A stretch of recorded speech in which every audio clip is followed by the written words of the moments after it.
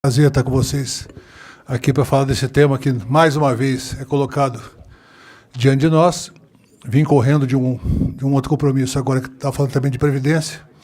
Então, vou ficar um pouco ofegante no começo da fala, mas queria passar para vocês uma reflexão breve, já que o tempo é curto, sobre como eu estou vendo esse processo da reforma da Previdência. Primeiro, é bom a gente lembrar que, como sempre, com exceção do nosso governo, dos nossos governos, quando se fala em reforma da Previdência, mistura tudo, né? Está misturando todas as formas de previdência que existem no Brasil e assistência social. Portanto, criando uma confusão imensa na cabeça das pessoas. É claro que todos são sistemas de proteção social, como registra muito bem os generais que falam que as Forças Armadas não têm um sistema de previdência, que tem um sistema de proteção social. Ora, previdência e assistência fazem parte da Seguridade Social e são sistemas de proteção social. Portanto, todos temos sistemas de proteção social que não se diferem uns dos outros, a não ser pelas peculiaridades da atividade, da relação estatutária, da relação jurídica que tem com a União, os estados e os municípios. Portanto, nós estamos discutindo sistema de previdência social do regime geral, urbano e rural, do regime estatutário, regimes próprios, de União, estados e municípios, o sistema dos militares, da União e dos militares dos estados e o sistema de assistência social. Ou seja, nós temos aí misturado sistemas que foram se constituindo ao longo de décadas, distintos e que, portanto, não têm uma solução só para os seus problemas. Segundo, nós temos nessa questão uma abordagem do governo, que evidentemente é um governo cuja área econômica é ultraliberal, uma abordagem meramente fiscal. Portanto, não se trata de uma reforma previdenciária, trata-se de uma reforma fiscal. O governo quer resolver a crise fiscal, que é real, pelo sistema previdenciário e assistencial. E certamente pelo SUS, que vai ser tratado de outra forma, que é na gestão orçamentária do dia a dia, reduzindo o financiamento e sucateando o sistema de saúde. Bom, se é uma reforma fiscal, qual é o comportamento que nós, que somos oposição, portanto não temos obrigação de apresentar solução, mas também, como fomos governo, não temos o direito de fazer, digamos, um debate meramente de marcar posição. Nós fomos governo e propusemos reformas durante o nosso governo. Fizemos reformas, propusemos algumas que não chegaram a ser aprovadas e fizemos outras. Então, o fundamental é observar o seguinte. Primeiro, eu acho que do ponto de vista político, nós devemos cobrar, reivindicar, debater com o povo que é preciso atacar a questão fiscal pela questão tributária e não pela questão previdenciária prioritariamente. Não nos recusamos a discutir a questão previdenciária. Mas a questão tributária está na frente. Por quê? Porque o governo fala de atacar privilégios. E para atacar privilégios, a melhor forma é atacar a questão fiscal, a questão tributária, que é a parte mais privilegiada da economia brasileira quando discutimos o orçamento da União, orçamento dos estados e dos municípios. É claro que tem uma série de questões demográficas e econômicas que exigem providências no campo previdenciário.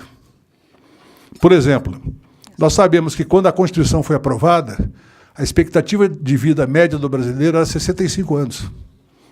E hoje, 30 anos depois, a expectativa de vida média é de 75 anos. São 10 anos a mais. Portanto, se as regras permanecessem as mesmas, nós teríamos hoje que encontrar recursos para bancar 10 anos na média, e é diferente entre homens e mulheres, e muito mais diferente do ponto de vista regional e social, socioeconômico. Portanto, nós teríamos que buscar recurso para atender 10 anos a mais de pagamento de direitos previdenciários para homens e mulheres, mais para mulheres do que para homens. A questão demográfica é uma questão objetiva, assim como a questão econômica. Nos últimos 4 anos, nós perdemos 4 milhões de empregos formais.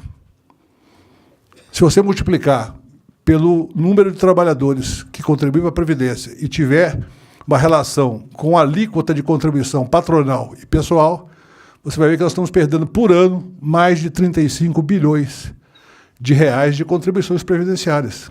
Contribuições previdenciárias, fora o que nós estamos perdendo pela recessão de contribuições à Seguridade Social.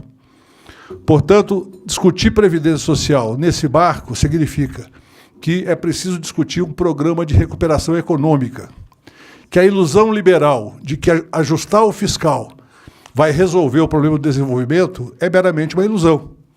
Como o Maurício Macri prova aqui na Argentina, que tomou posse há 2 anos e pouco, um programa liberal e falou: Argentina is back. Pouco tempo depois, a Argentina estava back to IMF, ou seja, de volta ao FMI. É óbvio que o ajuste liberal que o Guedes propõe à sociedade vai causar um grande impacto nos mercados. Mas 90% desse impacto vai ser no mercado especulativo da Bolsa e do mercado de títulos em geral. Vai ter pouquíssima repercussão econômica real para o emprego e para a renda dos brasileiros. Nós vamos continuar um processo de concentração econômica.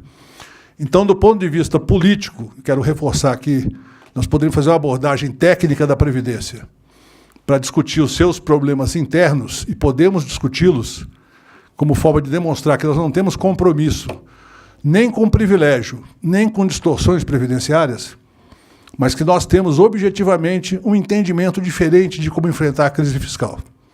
E vou repetir algo que vocês já me ouviram falar algumas vezes, que eu tenho falado pelo país inteiro, onde eu sou convidado a fazer palestra, que é: nós temos 4 medidas de lei ordinária, não precisa quórum constitucional.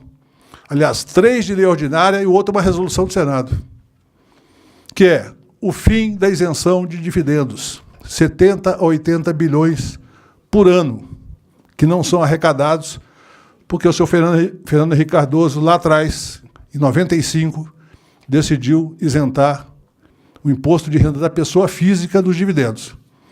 E quero registrar, não é bitributação, porque todos os países do mundo cobram, com exceção do Brasil e da Estônia. Todos os países do mundo cobram tributação do IRPJ no lucro e depois do IRPF nos dividendos. Quando o dividendo vai de uma empresa para outra, obviamente não cobra, é receita da empresa.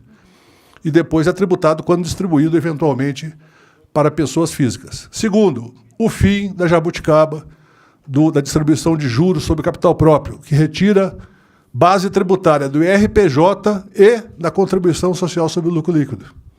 Isso aí calcula-se a mais de 25 a 40 bilhões, dependendo como você faz o cálculo. Terceiro, resolução do Senado que limita a 8% a tributação sobre heranças. Na maior parte dos países desenvolvidos do mundo, a tributação sobre heranças vai de 25% a 50%, sobre grandes heranças, para não assustar a classe média e a população mais pobre, que vai achar que vai pagar 40% ou 50% sobre o terreninho na periferia, um apartamento de classe média. Você pode, inclusive, isentar os imóveis de moradia, isentar patrimônio até 2, 3 milhões de reais, e ainda assim arrecadar muito acima de 3 milhões de reais.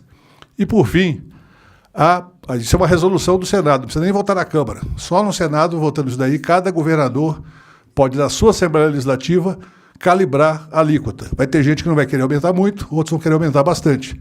Hoje varia de 4% a 8%, a média está em torno de 5%. E, por fim, a velha e boa questão da tributação progressiva do imposto de renda da pessoa física, que no Brasil também se limita a 27,5%, já foi até, no Brasil, de até 90%. Aliás, foi uma mudança no imposto de renda que foi um dos fatores que levou à queda do Jogular, quando foi aprovada uma tabela progressiva bastante intensa em 1963 para 64. Isso, junto com a questão de remessa de lucros, a reforma agrária e a questão dos meios de comunicação, levou à queda do João Goulart em 64. Portanto, é um tema polêmico já de muito tempo. Mas é óbvio que no Brasil os próprios governos mais conservadores já tiveram a alíquota de 35%. Ela caiu para 25% no governo Sarney. O governo Sarney baixou a alíquota máxima de 35% para 25%, apesar de que também é um governo que vivia uma intensa crise fiscal, mas por razões, obviamente, de sustentação junto à classe média alta e aos proprietários do Brasil, fez essa benesse tributária. Portanto, eu acho que a melhor forma de nós debatermos essa questão com a sociedade é reconhecer, tem problema dos militares, que se aposentam muito cedo, mas eu não vejo razão nenhuma para nós priorizarmos essa discussão dos militares. Não vejo razão nenhuma para isso. Os militares que estão no governo é um pedaço das Forças Armadas. Nós temos que disputar a opinião das Forças Armadas também. Disputar de maneira bastante objetiva, mostrando tudo, como disse a Gleisi num brilhante artigo recentemente publicado, tudo que nós fizemos para fortalecer, do ponto de vista de pessoal, de recursos humanos e de material, as Forças Armadas. Portanto, não é nosso papel na oposição ficar discutindo que o privilégio está nos militares. Não, o privilégio está efetivamente nos rentistas, nos grandes detentores de capital do Brasil.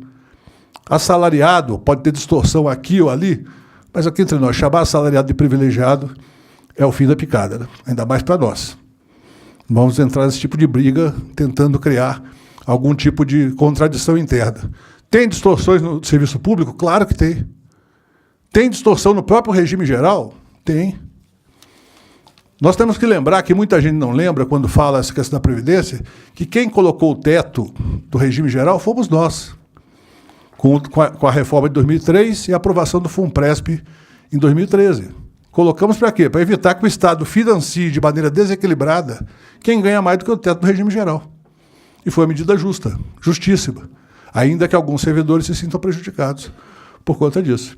Então eu queria encerrar, já que eu fui avisado aqui que o tempo acabou, que essa questão previdenciária nós temos que ter um imenso esforço de quebrar o massacre midiático que está colocando a reforma da Previdência como a salvação do país. Nunca foi e nunca será. Pode ajudar a ajustar a questão orçamentária em alguns aspectos? Pode. Mas o fundamental é que ela faz parte de uma estratégia de ajuste fiscal contra os trabalhadores. Mal comparando, é como numa família onde tem pessoas que ganham muito bem, pessoas que ganham mais ou menos e pessoas que estão desempregadas, você entregar a conta de luz, água e telefone para o desempregado pagar. Eles querem entregar a conta da crise fiscal, que é real e que é decorrente da crise política, que foi provocada pelo cerco ao nosso governo em 2014, 2015, com todo aquele processo de boicote às pautas legislativas e outras questões que nós apresentamos. Ou seja, eles querem colocar toda essa conta da crise fiscal no colo da classe trabalhadora. E nós temos que encontrar maneiras de explicar isso para a população sem cair nas armadilhas de dizer, olha, o privilégio dos militares, olha, tem setores privilegiados. Não, tem setores que têm distorções. Podemos tratar desses setores, mas depois de fazer a tributária. Se não fizer a tributária, não nos cabe ficar fazendo remendos numa proposta extremamente antissocial, que é essa proposta do Guedes e do Bolsonaro. Obrigado.